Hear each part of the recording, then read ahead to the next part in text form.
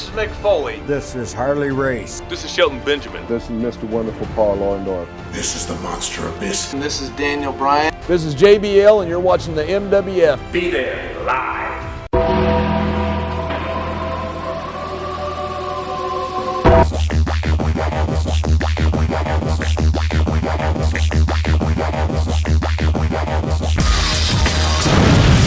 Happy Saturday to all of our fine friends around the corner and around the world. Welcome to Wrestling Insider's Current Events, where we take an in-depth look WWE SmackDown underneath the Thunderdome at Amway Arena in Orlando, Florida, from Friday, October the 16th, 2020. Thought today was going to be a rush job as I was preparing to head to Logan Airport here in Boston and head south, but for the second time in less than a month, plans changed big time. I'm not happy about it. Nonetheless, we're glad you are with us tonight. It's a big night in the world of sports with the Major League Baseball playoffs, ALCS and UFC going head-to-head with our humble program. But even if you don't care about UFC or baseball, hey, this might be the place for you. Probably just as good. Hopefully, Pittsburgh's finest, Maria Davis and Ken, will keep the baseball bats out of their hands as we enjoy some wrestling talk tonight. Now, Prodigy, I know you are with us before you get your official introduction, but are you disappointed that we did not travel to the NLCS as we had spoken of potentially? Not really. You don't really care at this point? The series really isn't that great. I mean, I remember when I said to Marty that the Braves would win the World Series, and you called me crazy, and they're one win away from making it. I don't remember calling you crazy. I thought the Braves had a fair enough shot as anybody else back in August. Did I call you crazy?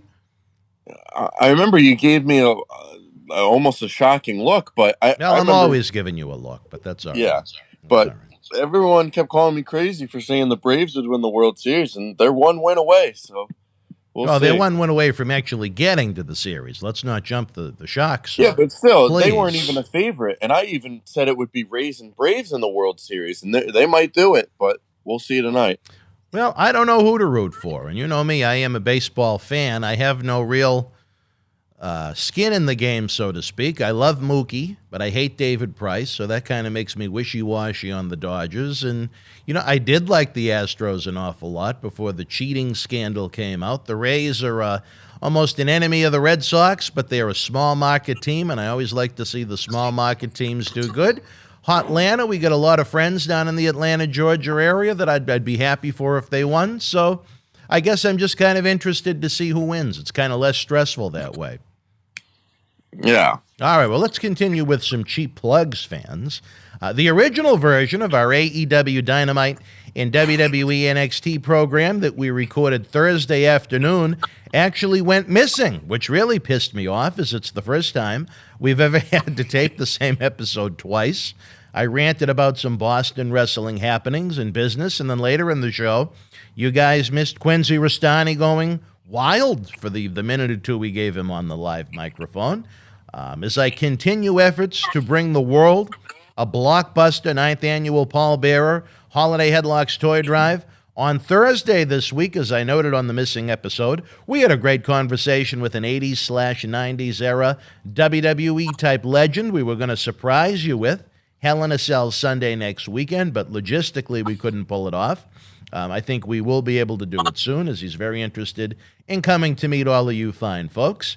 Had another positive conversation with a current AEW superstar about joining us on air to pump some young blood into the show. We have a lot of great legends, but how about some young guys that are on TV right now that haven't even hit their peak yet? I think that would be interesting for Wrestling Insiders. It doesn't look like it's going to happen in 2020, but in the very least, something to look forward to in the near future. And then, with those good vibes I just mentioned, Prodigy, I got pissed at one of the featured superstars that's already agreed to join us for the Holiday Headlocks Toy Drive, trying to change the agreement a little bit, which was for in-studio shoot interviews, a live cyber autograph signing, perhaps even an in-person meet and greet.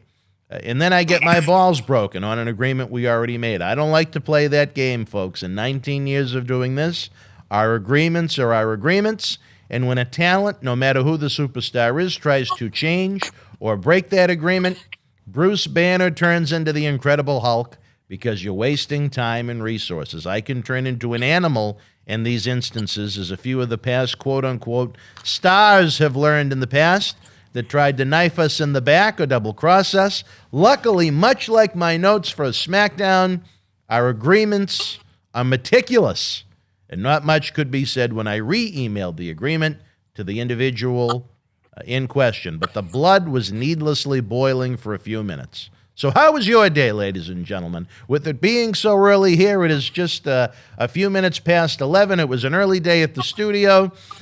I could easily be going for one of my favorite fruit-flavored energy drinks right about now, but what really gets the mind going before these podcasts is just a couple of hits of the Boost Oxygen. I go from Reno Chastain to Bob Snow in a matter of seconds, full of life and spark. Even if I'm far from a morning person, as you've come to learn, Prodigy, in order to get the Saturday night episode ready for you to enjoy at home, we have to tape these podcast-style episodes very early in the day.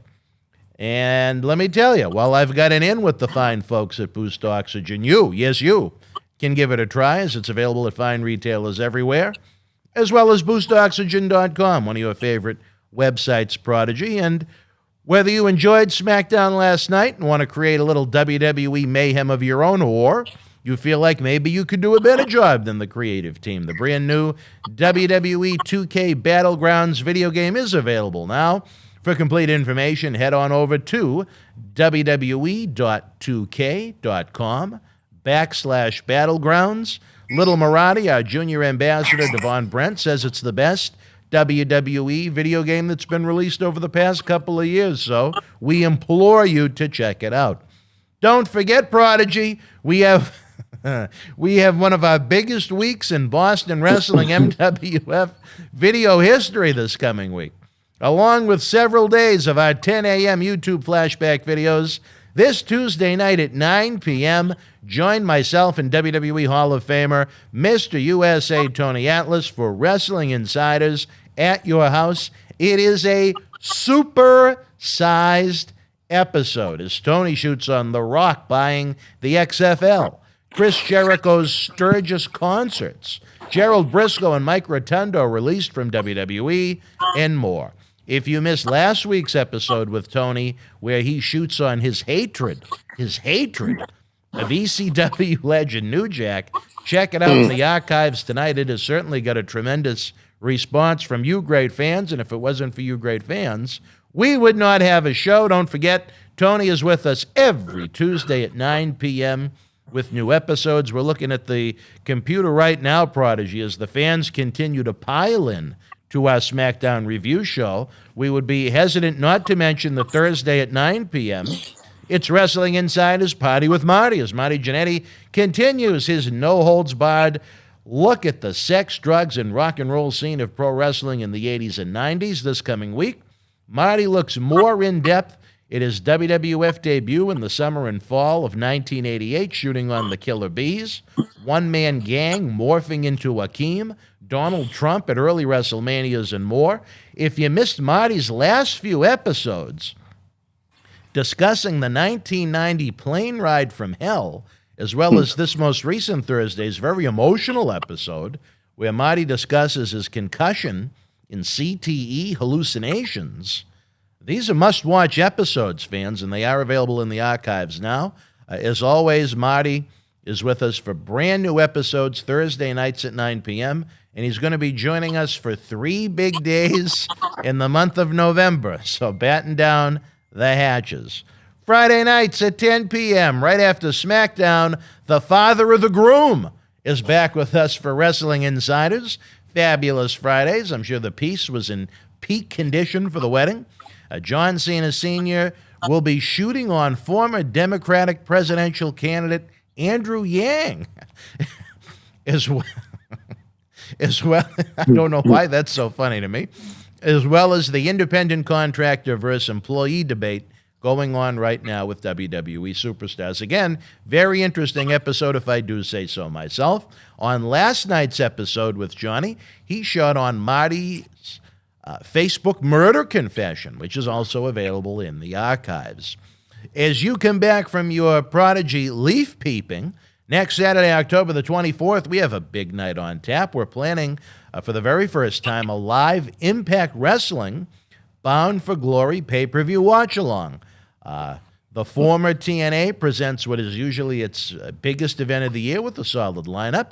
Then just before midnight, get your WWE Network ready as myself and my partner in crime here, Mac Degnan, do a WWF Bad Blood 1997 watch-along. That was the night of the very first Hell in a Cell match between Undertaker and Shawn Michaels. Go back in time to the Monday Night Wars when WCW Nitro was beating WWF Raw handedly each and every Monday night at that point. This pay-per-view is a great way to get you warmed up for a big night the following night. To wrap up the week on Sunday, October 25th, we'll bring you a live WWE Hell in the Cell watch-along as Roman Reigns prepares to battle his cousin Jey Uso in a Hell in a Cell I Quit match, plus what looks to be the culmination of Drew McIntyre and Randy Orton's championship feud inside the cell. To wrap up the week following WWE's pay-per-view offering, we have a pay-per-view quality offering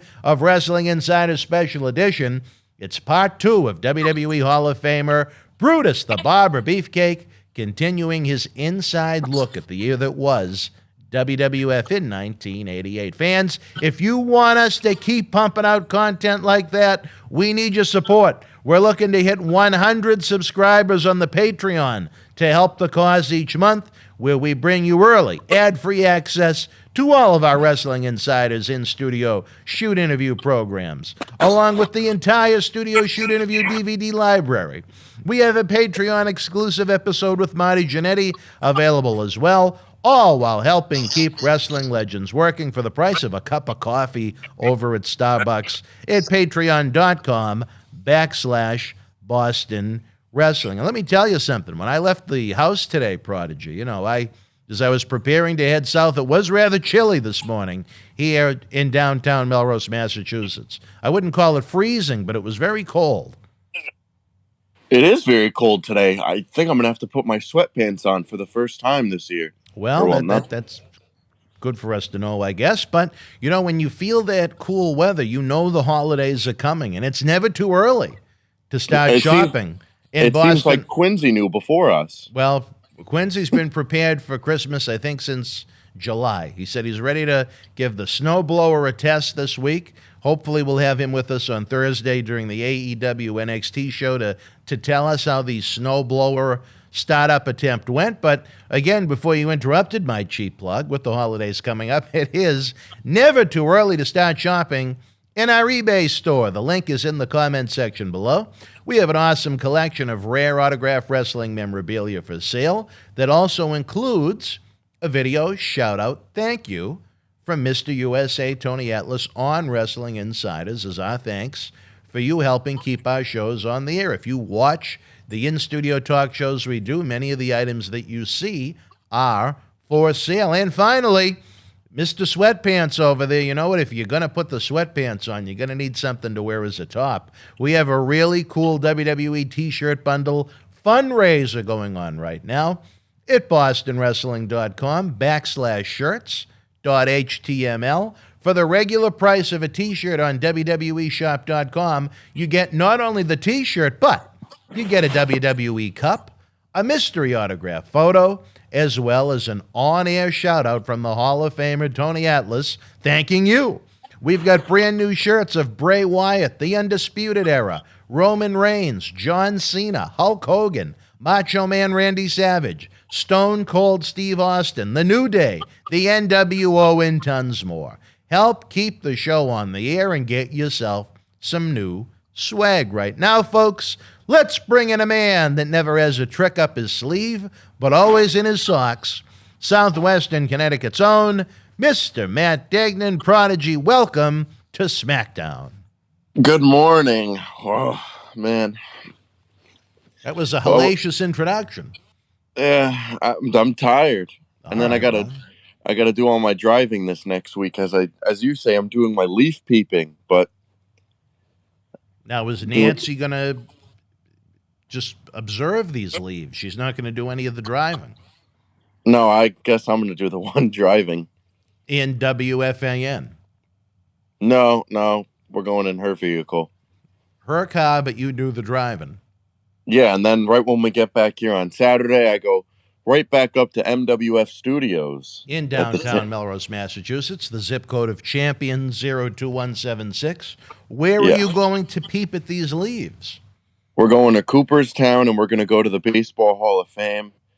We're going to Niagara Falls, and then we're going to go some other places. I don't know. I forget. Yeah. The places with trees, I guess. Yeah, but we're going back into Vermont and New Hampshire, and then through Massachusetts, and then I don't know. And then I have to come all the way back to Milford, and then back up to the Boston area. Now, what about Auburn, Maine? Are you going to go to look at leaves in Auburn? No. Maybe stop at the Walmart? No, definitely not. What is wrong with stopping in Auburn, Maine to look at the leaves? I think it might be off our route. Well, funny enough, as you're looking at the leaves throughout the Northeast, Friday night, the Hall of Famer, I forgot to mention that in the cheap plugs, that Mr. USA Tony Atlas is going to be doing a special live episode with us Friday night. So you're going to have to, I guess, tune in on the laptop or the cell phone and check in with Mr. USA. I'll pop in the chat. You'll pop in, all right. All right, well, let's get down to SmackDown. We're about 20 minutes in at this point. I think those that are going to come and join us to talk SmackDown are here. Those that, oh, wait a minute. See, I have the windows open today here at the studio, so I'm peering out onto Main Street. There's some Bozak with a mask on. Looks like she's walking her dog. All right, she's trustworthy enough. All right, let's talk SmackDown, baby. What do we got? All right, Triple H and Stephanie McMahon kicked off SmackDown with the entire Friday night roster on the stage, and then everyone started fighting randomly. I don't know what happened. Rude and Ziggler attacked the tag team champions, and I guess just because they started fighting, everyone else had to start fighting all over the ring and around ringside area. And then Lars Sullivan came out to clear the ring, which I thought was very, very good. What they've been doing with him so far. The only thing I didn't really like about this segment was there is way too many camera cuts. Just because everyone's fighting does not mean you need to change the camera every second. You know, there had to have been at least 40 camera cuts in a span of 2 minutes. Very Jerry Springer-like. Yeah, I really didn't like it. But I don't like when they do these random fights where people just start, hitting each other for no reason, Everybody's angry nowadays. I think they need Dr. David Reese on SmackDown. Yeah, but why does everybody have to fight when these other 4 people are fighting, You had people hitting each other that didn't even know they were standing in front of or standing next to one another. Then all of a sudden they're punching each other. It's like, it really didn't make sense. But well, I tell you, was that really the entire SmackDown roster on the stage? As it only looked like there were about 20 people standing there. Was that everybody? I sure hope not. Oh, that's a pretty small roster. I mean, it might have been missing a few people, but they said it was the whole roster. I mean, other than Lars Sullivan. That was kind of a disappointing looking crew they had. Yeah, I don't know. I mean, I don't know. Maybe it was the roster. I mean, there wasn't really anybody missing. Well, I guess that says it all then. All right. Sorry to interrupt. Continue with Lars' invasion of the brawl that you didn't like. I mean, I like the brawls when they're done right, but when everybody just starts fighting out of nowhere, I even said it out loud. I said, what are they fighting for? What did you think of this opening segment? Well, I like the fact that you had Triple H and Stephanie out there to open the season premiere of SmackDown. It made the episode seem more important than usual. Triple H said the season premiere brings all new drama, all new action, and all new excitement. And I said to myself, let's not go too far, as it usually lasts about a week or two before the 2 brands that just joined together start attacking each other to get ready for Survivor Series. And then, as you said, it turned into a big schmaz with everybody brawling. Lars came out to clean house. I thought that was good. That's the way the man needs to be utilized, unlike our friend Miro in AEW. If Lars came out in the Mickey Mouse T-shirt, I don't know if he'd have the same impact as he's had thus far in his return to WWE. I love the way they're utilizing him. As you said, Triple H and Stephanie kicking off the show, and they also had a kickoff show before SmackDown last night. I missed that one. Yeah, it was on 7:30 to 8. It was only a half hour. Did you watch it? I watched kind of. I took a shower after I got back from the gym, so I missed that little part. But I made sure I was back before 8 to watch the fallout of the draft. So you really have nothing to add about this special countdown show. All they had was Booker T, and I believe it was not Caleb Braxton, whatever the other one is. And they were just sitting. They were sitting there talking about the fallout of the draft and the season premiere and what's going on. And I don't know if we're going to get probably not a kickoff show on Monday for the season premiere of Raw, but it seems like they don't put that much effort in on Raw as much as they do SmackDown because of the whole Fox thing. But what are you going to do?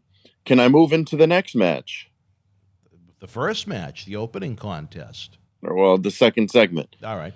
We'll stay with Lars Sullivan as he defeated Jeff Hardy. I wish they would have had Sullivan destroy Hardy a little quicker after having him obliterate everyone for a week. Keep him looking like that monster that they've been portraying him as that will destroy anyone at any time in short time. He's been running through multiple guys every night, not to be confused with the videos he has. He's been running through multiple guys every night for a week, and he's doing it effortlessly. And then he has trouble one-on-one with Hardy, who he crushed in shorter time, I believe it was Monday night, might have been last Friday. But he's been destroying all of these guys for a week. 4 of them at that point. Yeah, it was Hardy, Riddle, Miz, and Morrison at that point. He was going out there, and then he went out there to open the show, and he took out like 4 guys on his own. And he's just been obliterating everyone. And then he goes one-on-one with Hardy, and he has more trouble than when he already had multiple guys in the ring. So maybe Jeff was ready for him this time. I don't know. No, well, he was ready for the sweet apple pie. No. But it's just, why would he have trouble one-on-one with Hardy when he's been taking out multiple guys in the ring in about 30 seconds with no problem at all? Well, I'm trying to look at it from a wrestling storyline point of view. Maybe Lars last week on SmackDown, he interfered in a tag team match that had already taken place. The 4 athletes were worn down a little bit, so it was easier pickings, so to speak. This time, Jeff Hardy was ready for him, even though, as it was a good, clean victory for Sullivan over a former world champion on Hardy's final night on SmackDown, which was absolutely the right finish.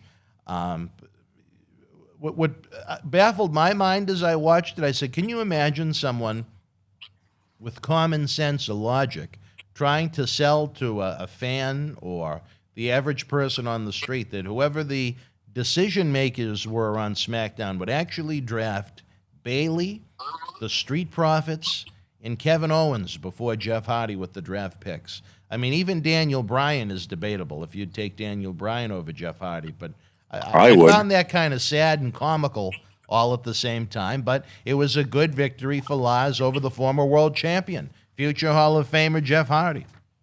The next segment, there was a 6-man tag team match for New Day's farewell match. But before that match, they showed a promotional video showcasing Bianca Belair. I thought it was a very good video to introduce her to the viewers of SmackDown. Showed her athletic background, and it's weird they never used her on Raw. All of a sudden she goes to SmackDown, and they're showcasing her like she's gonna win the women's title next week or something like that. Every week, they've been doing something with her to introduce her to the fans a little bit more and more. I like what they're doing, but I don't want to come to conclusions on what I think they're going to do with her because they always do stuff like this and then it ends up, ending in disappointment since they really haven't done anything with her, at all since she came up at WrestleMania when she made her debut that night. Big debut. What did you think of the video? The effort was there. The effort was there. I don't I, know. I like it because it's If at any unique. point I'll ever be saying I look forward to a Bianca Belair match, but they put effort into the video, and I'll give them credit for that. It's unique. They don't do it a lot, which, the rare times that they do it, it means a lot more. And, because it's not something you see every day in, WWE product. Yeah. We'll get into the New Day match as they defeated Sheamus, Shinsuke Nakamura, and Cesaro for their last match on SmackDown. New Day, before the match, gave a farewell speech about their careers and then their time in New Day. I thought it was a very good six-man tag. I'm glad WWE made it feel special, and they don't seem to make things feel special anymore. I thought the farewell speech was a little kind of tacky. I mean, they're making it seem like these guys are never going to see each other anymore when they're all. I mean, they're all still in WWE. I know they're not going to work together anymore, but I mean, it's not like they're not going to be friends anymore, But It was like I the thought attempt to break up Mandy Rose and Otis, which a lot of people don't really care about, but the attempt was made too, that they thought this relationship would end because they wouldn't be together for 2 hours a week. Yeah, I mean, these guys can still hang out together and do whatever. I mean, and if they're doing this stupid brand invitational, go across whatever. I know they want to do their own thing with Big E and his singles push, but I thought the match was good. I thought the promo before, and what they were doing after was a little tacky, but I get because they've been together for 6 years and the fans really gravitate to them and they're one of the fan favorites, but I wasn't really a big fan of it. What did you think? It still makes zero sense to me that Raw would choose to draft the entire four-person Hurt Business, but even though having the opportunity where they could take all three members of New Day, Raw said, no, we only want Kofi and Xavier Woods.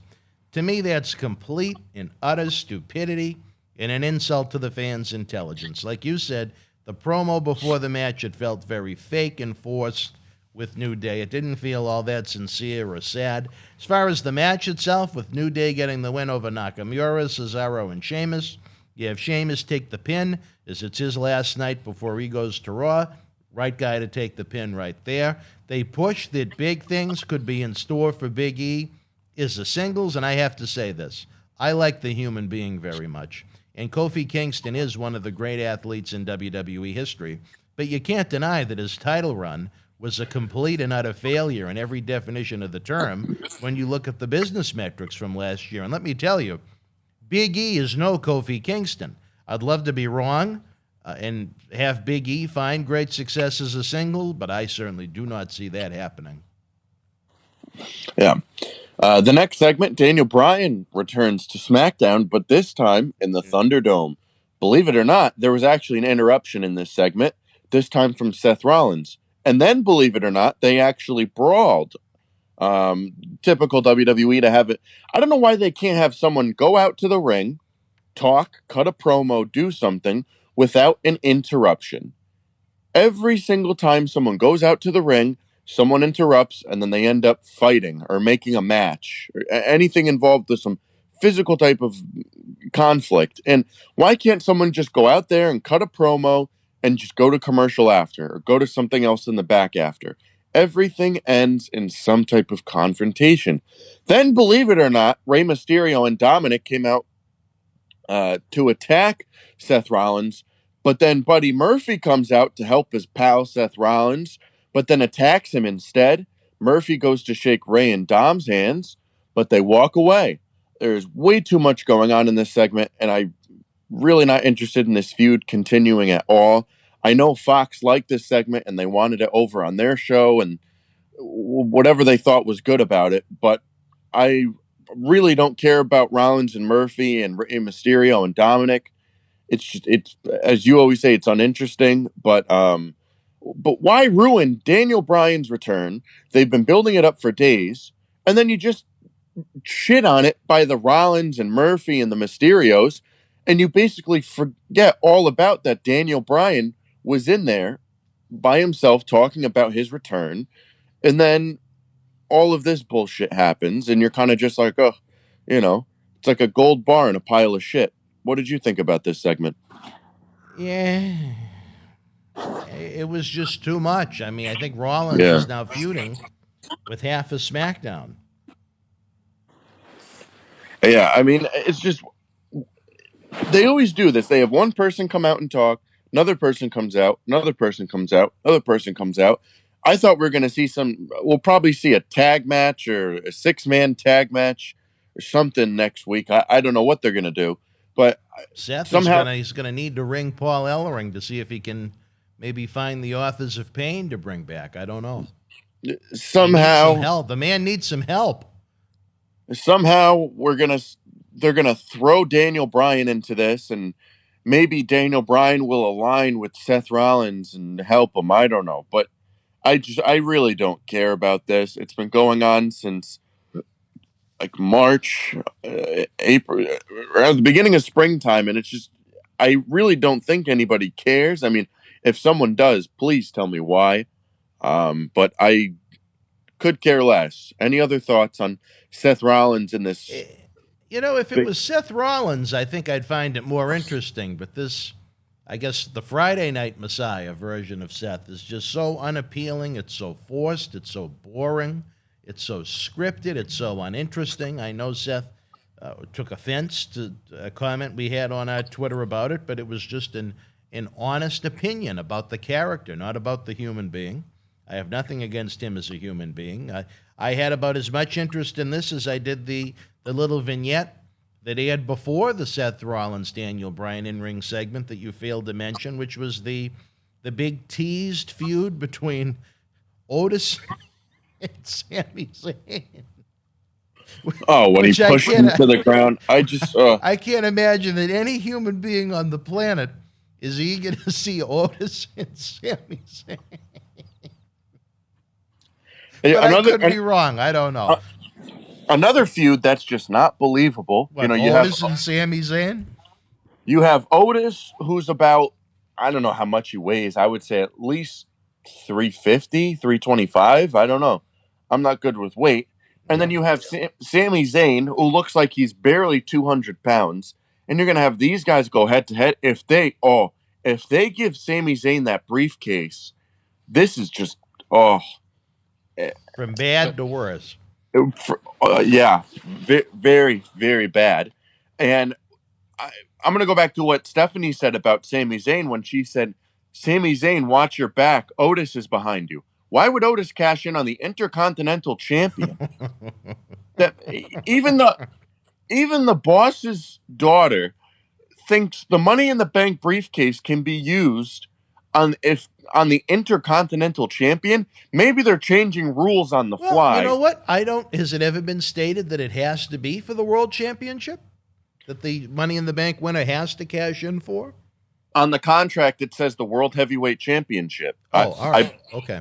On the because they always say it's the whatever it is. But I think as ridiculous as it sounds, I don't understand if I won this briefcase, why I couldn't cash it in for the U.S. or the Intercontinental if I really wanted it for some reason. I don't know. Yeah, the way they always stated it was for the world title. But I mean, it's not a bad idea if you say to them, At least it would keep the absurdity of Otis going after Roman Reigns.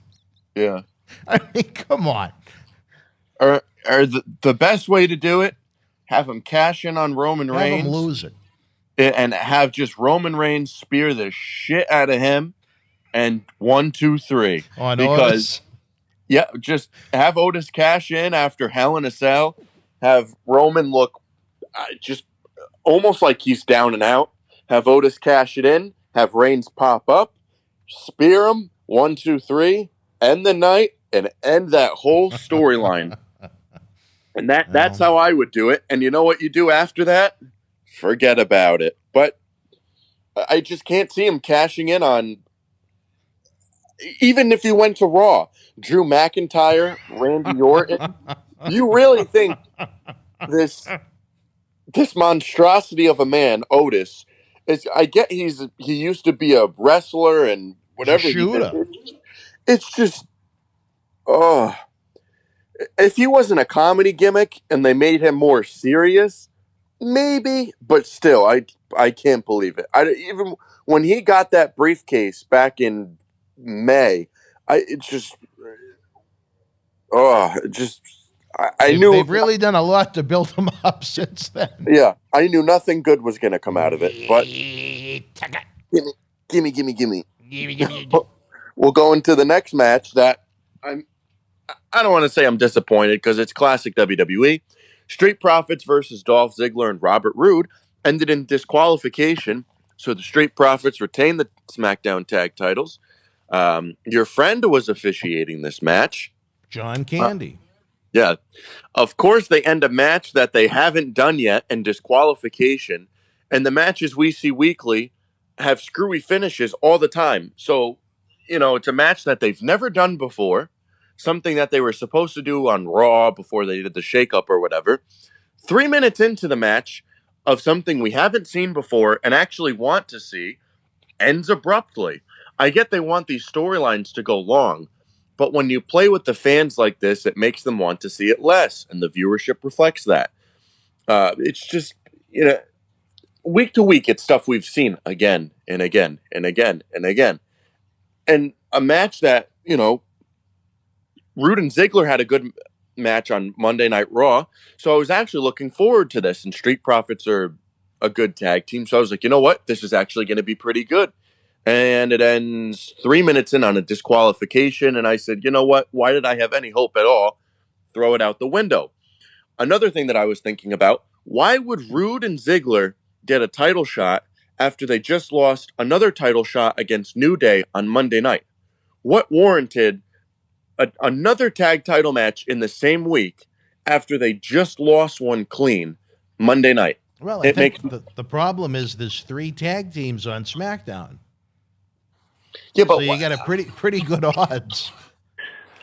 I know, but why have it that night? Why not set it up for next week? Why have to do it? Why just announce it in the middle of the week and do it on Friday night? Why not do a segment, have a Street Profits, SmackDown, party or something like that, and just set it up for next week. As you always talk about, it's something that you could set up for future weeks, not do it all in one night.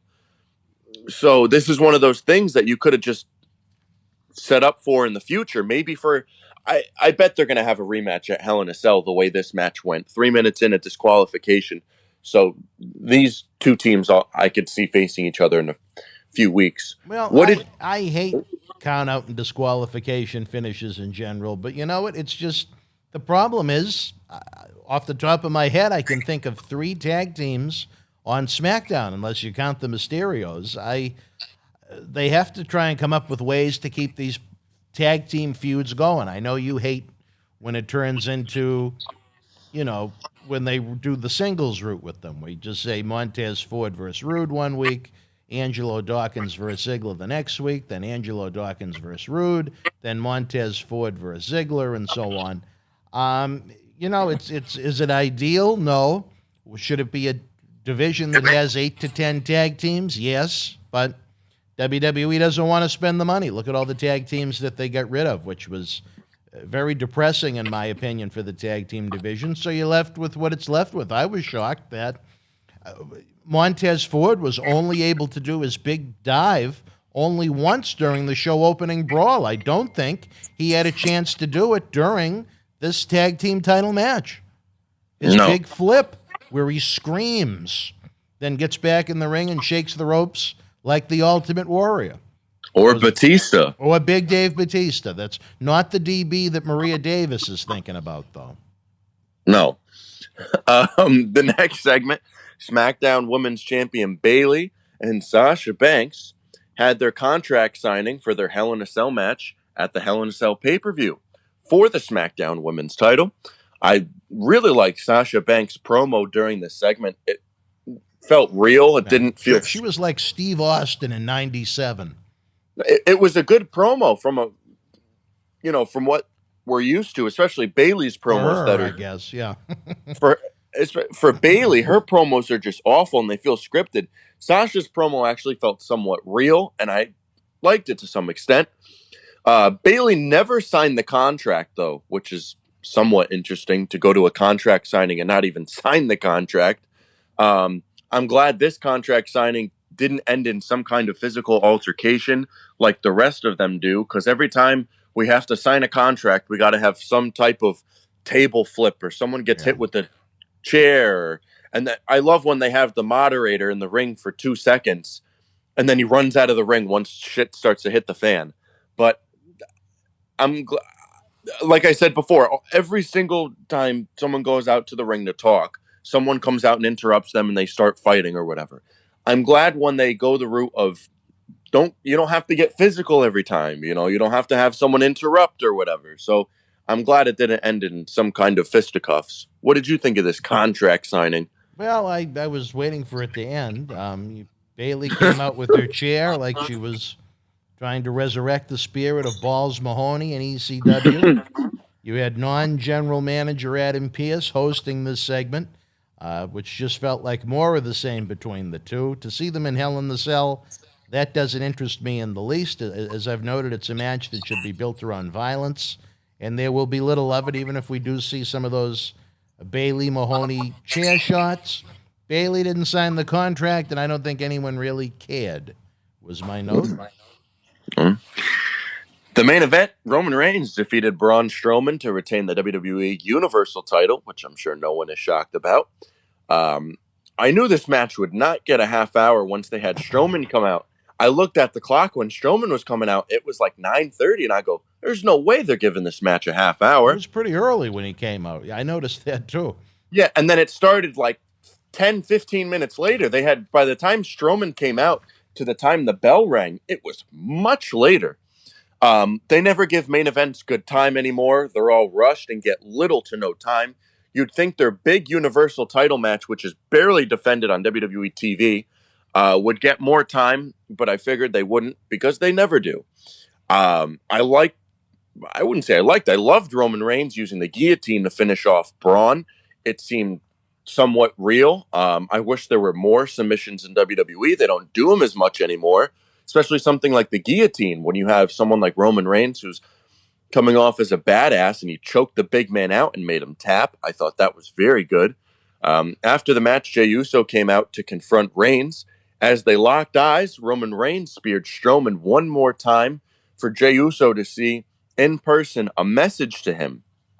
I loved Roman saying to Jey, if I can do this to him, imagine what I can do to you. I thought that was what almost everybody at home was thinking. Reigns would give Jey a chair to hit him, but Jey couldn't do it. Jey then punches Roman and hits him with the super kick. Reigns counters with the Superman punch to lay out his cousin. I thought it was a very good ending to a below-average show. But it almost seemed like they always tend to do this. It seemed like a go-home show ending, the way they made it seem with those two. And that's the way it seemed with Drew McIntyre and Randy next week. Maybe they wanted to end it like this on Fox because next week they're going to Fox Sports 1. So maybe they're expecting a pretty decent dip with baseball. There will be a very decent dip. So we'll see what happens next Friday with the ratings. What did you think of the main event? It was built up as something special, from the introductions to the match itself to having all the stars watching on the monitors. You had Jey Uso in the back, keeping an eye on what was going on. I thought it was a very good match. Maybe not as intense as the great feud they had back in 2017, but it was a very good outing by both men.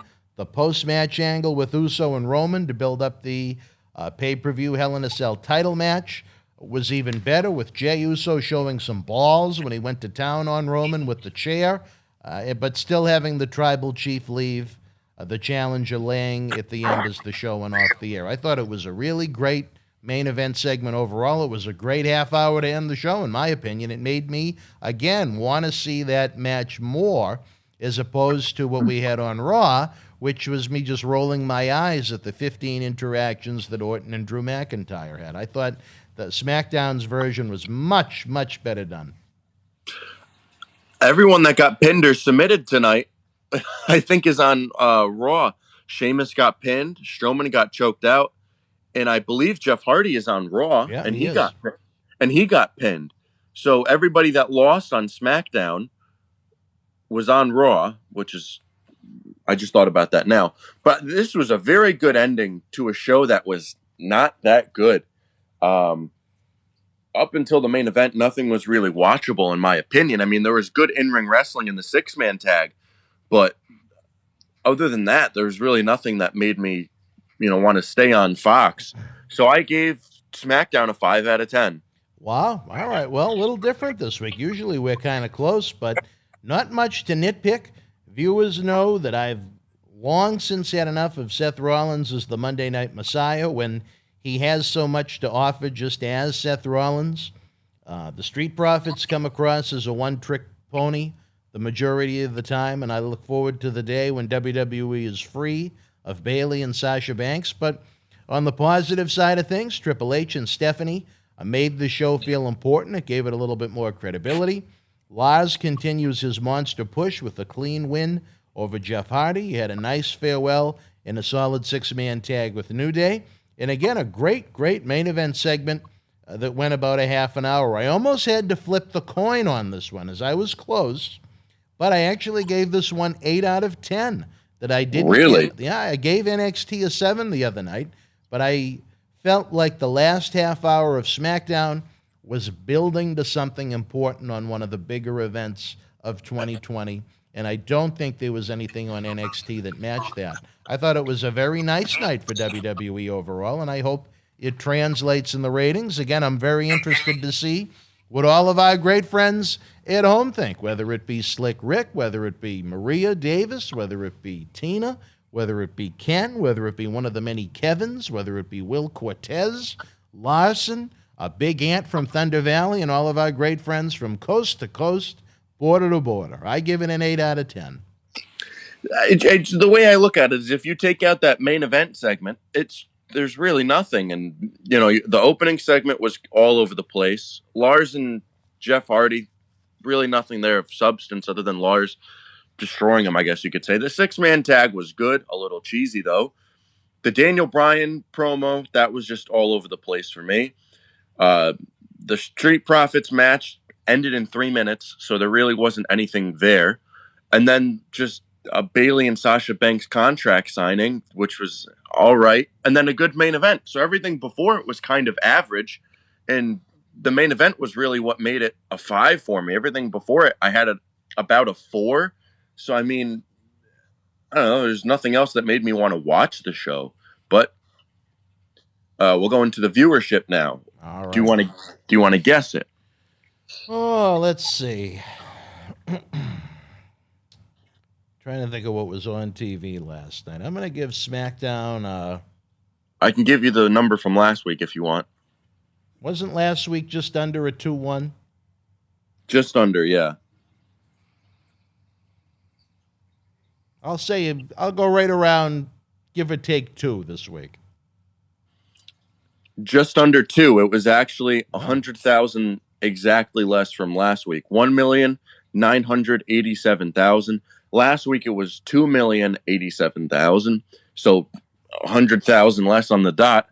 I figured it would go up. The season premiere, the fallout. Nope, the draft is always going to do a bigger number than the season premiere unless they start whoring out all the old timers. So I'm not surprised it was down just a little bit. Well, even but again, before I was pretty close with the rating. I give myself the Barry Horowitz pat on the back. But even before the show, Goldberg did his thing. I'm going to be in the Thunderdome. Mark Henry said, I'm going to be in the Thunderdome. Jeff Jarrett, the kickoff show, Booker T, all this other stuff. So, I mean, I think a lot of people actually expected them to be in the Thunderdome as opposed to be on the TV screen.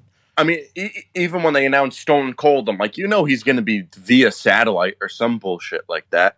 And then when they announced, people from Fox were going to be on it, and the season premiere and the main event, the fallout of the draft. I mean, I expected to go up, not like millions higher, but just a little bit higher. But whatever.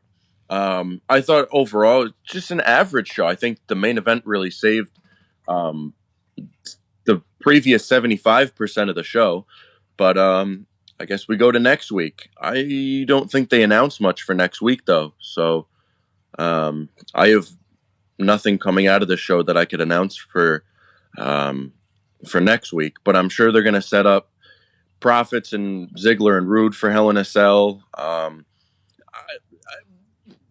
interested in the Daniel Bryan thing, not because I'm interested in it for an entertaining purpose, but what they're going to do with him in that Seth Rollins feud. Is he going to be a part of it? Because right when that happened, he left the ring and just walked away. So is he going to be a part of it? Even he didn't care. Yeah. So it'll be interesting to see what they do with him in that feud. I don't really know where he fits. I mean, because there's 5 guys, so it's not like you could have a 3-on-3 or a 2-on-2 feud. Unless you do Rollins and Daniel Bryan versus Buddy Murphy and Rey Mysterio. I don't know. But see where that goes. I can't wait. Can't wait. Wow. Got any more cheap plugs? No, I tried to get them in early because a lot of the fans that join us, they note that sometimes they can't join us just as the show is beginning. So we try and entertain with a little humor, a little sarcasm, and some cheap plugs. But again, I cannot implore the fans enough to try and get on the Patreon. Give it a shot. See if you like it. I think right now we have 6. The next 6 Wrestling Insider episodes are all available ad-free, very early, plus a Patreon exclusive Marty Jannetty episode. We've got all the studio shoot interview DVDs. Again, you're talking about the price of a cup of coffee over at Starbucks. It helps us bring you more great wrestling superstars and keep the legends working. Again, that's patreon.com/Boston Wrestling. Believe it or not, there's a graphic that rotates on the screen with that very link, if you do not remember it coming out of my mouth. Yeah. From 40 minutes ago. Yeah.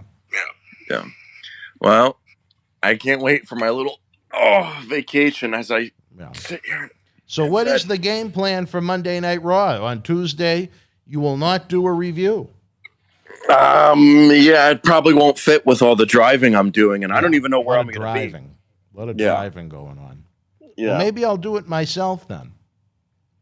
If originally I thought I was going to be out of commission myself, maybe I will do that for the great fans at home.